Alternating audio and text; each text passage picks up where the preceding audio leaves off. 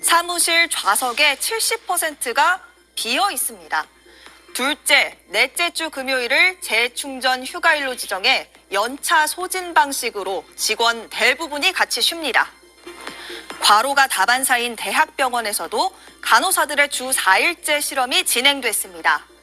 세브란스 병원에서는 급여 10% 삭감에 동의한 간호사 30명이 차례로 주 4일제 근무에 들어갔습니다. 한 교육 전문 기업의 경우 지난해 7월부터 주 4일제를 시행했는데 매출은 전년 대비 20% 증가했고 구직자들이 몰려 채용 경쟁률도 3배 이상 뛰었다고 밝히기도 했습니다. 해외에서는 여러 국가들이 주 4일제를 속속 도입하거나 시범 운영하고 있는데요.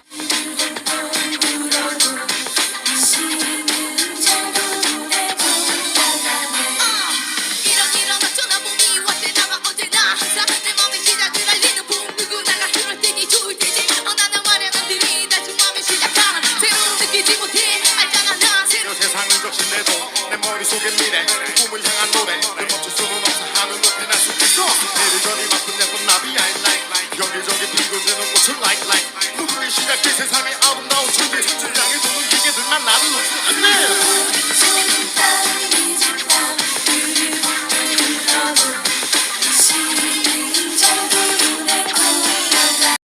오버타임 네 번째 시간입니다. 4부의 주제는 주당 노동시간 단축 투쟁에 관한 이야기입니다. 작가는 1930년대 대공황을 예로 들며 미국은 당시 대량 실업을 완화하고자 노동시간 단축 프로그램을 시행하였다고 합니다. 주 35시간으로 노동시간을 제한하였다는 것이죠.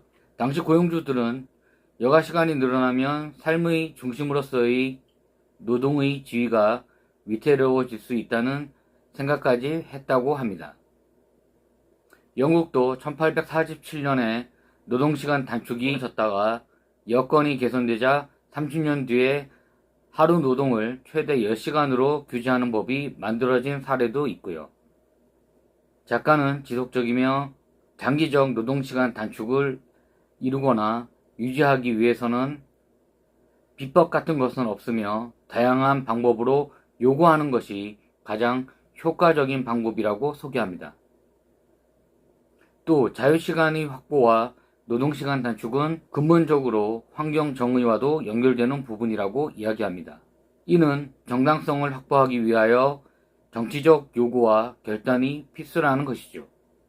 환경운동과 관련하여 멸종반란운동이라는 것이 등장하는데 대표적인 것이 공권력에 대한 시민불복종 운동이라고 할 수 있습니다. 시도는 다양하게 이루어졌으나 대중의 지지는 그 운동의 비전이 명확하지 못하다는 데서 그리 큰 호응을 받지는 못하였다고 합니다. 확실한 명분을 얻기 위해서는 정치적 요구는 필수이며 우리 일상을 개선하는 것과 연계된 계급투쟁의 형태로 표출될 때 최대의 효과를 얻을 수 있다는 것이죠. 주당 노동시간 단축 요구는 집단 조직화와 파업활동의 기반이 이루어져야 가능하다는 사실도 우리는 간과하지 말아야 할 부분입니다. 노동시간 단축의 역사에는 노동조합이 가장 큰 역할과 의미로 상징적으로 남아있습니다. 3부에서도 말씀드렸지만 노동조합의 힘이 강할 때는 노동시간이 크게 줄어드는 시기와 일치하는 시기입니다. 1919년 이전 영국 주당 노동시간은 50에서 60시간 사이였으나 20세기 들어 1890년부터 1910년 사이 노동조합의 투쟁으로 주당 48시간의 노동을 할 수 있게 된 것은 노동조합원 모두의 힘과 노력이 만들어내는 결과라고 작가는 평가하죠. 1919년 노동조건에 대한 최초의 국제협약은 하루 8시간, 주 48시간 노동시간이 이때 확립되어 전 세계적 기준으로 쓰이고 있다는 것입니다. 또 기후변화와 자동화의 도입은 노동조합이 기후를 해치지 않으며 자동화의 위기에서 일자리 장소를 막는 것과 관련하여 적극적 개입을 요구하였으며 주당 노동시간과 같이 환경과 기술의 위협에 맞서는 것과 동일시되는 상황에까지 이르게 된 것이죠.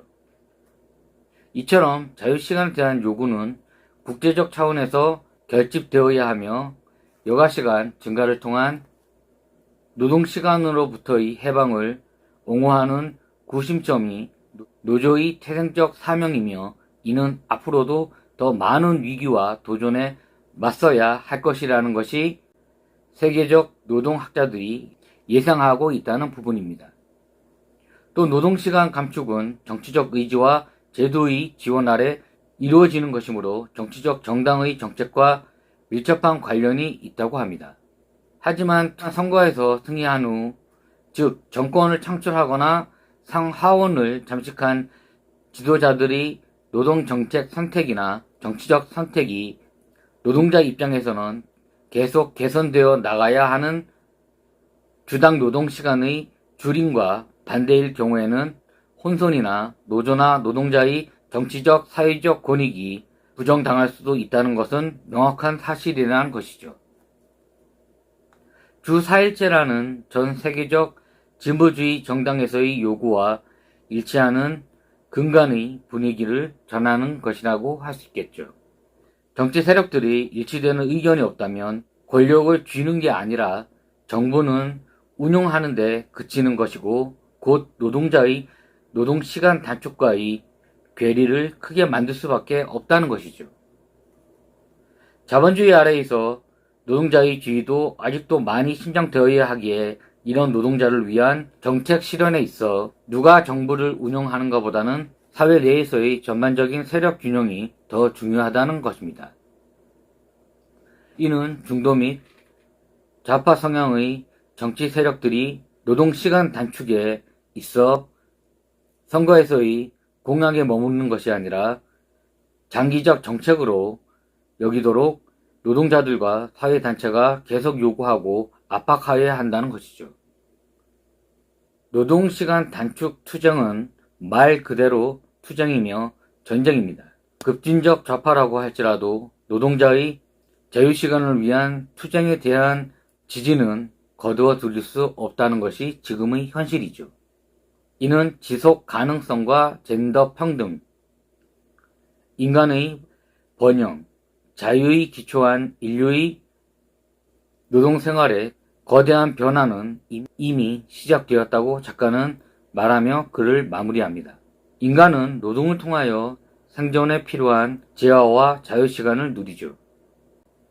물론 노동시간은 시대나 각국이 채택하고 있는 경제 시스템에 따라 다소 차이는 있지만 지금은 거의 자본주의 승리이고 공산주의를 택한 나라들도 수정 공산주의로서 어느 정도 개혁과 개방으로 국민들이 경제활동을 활성화시키고 있는 것이 현실입니다.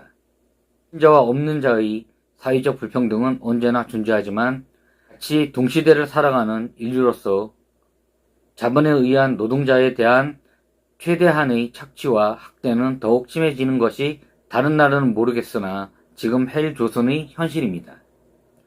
노동자이기 전 한 인간으로서의 자유시간과 그것을 통한 진정한 자신에 대한 통찰과 휴식은 보장되어야 한다는 것이죠. 자본에 의한 연봉에 따른 개인에 대한 평가보다는 어차피 평생 직장 개념이 없어진 지금 제대로 된 주 4일제로 대표되는 노동시간과 자유시간에 대하여 앞으로도 정치권과 재계에 끊임없이 요구하고 투쟁하여야 할 것입니다. 이 힘든 투쟁은 단지 지금의 우리만의 문제가 아닌 앞으로 살아갈 우리 아이들의 미래도 달려있다는 것에 더 주목해야 하는 이유이기도 하고요. 라온이었습니다. 감사합니다.